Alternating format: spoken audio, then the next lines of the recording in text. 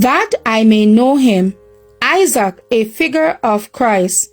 By faith, Abraham, when he was tried, offered up Isaac, and he that had received the promises offered up his only begotten son, of whom it was said, that in Isaac shall thy seed be called. Hebrews 11, verse 17 and 18. The offering of Isaac was designed by God to prefigure the sacrifice of his son. Isaac was a figure of the Son of God, who was offered a sacrifice for the sins of the world. God desired to impress upon Abraham the gospel of salvation of men. He was made to understand in his own experience how great was the self-denial of the infinite God in giving his son to rescue man from ruin. To Abraham, no mental torture could be equal to that which he endured in obeying the command to sacrifice his son. With a breaking heart and unnerved hand, he takes the fire, while Isaac inquires, Behold, the fire and the wood, but where is the lamb for the burnt offering? Genesis 22 and verse 7.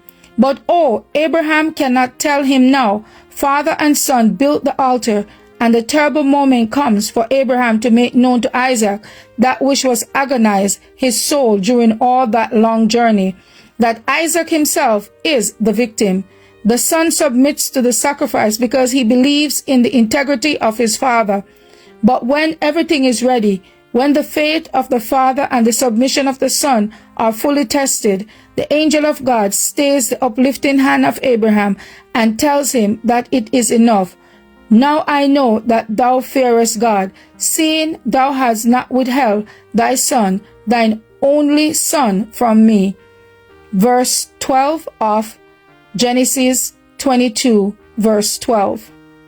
Our Heavenly Father surrendered his beloved Son to the agonies of the crucifixion.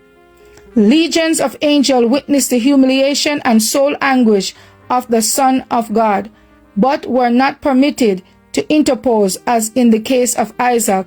No voice was heard to stay the sacrifice.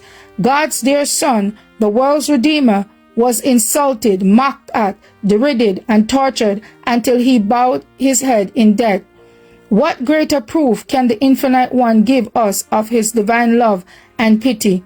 He that spared not his own Son, but delivered him up for us all, how shall he not with him also freely give us all things? Romans 8 and verse 32. That I may know him. January 14th. As for me and my house, we will serve the Lord.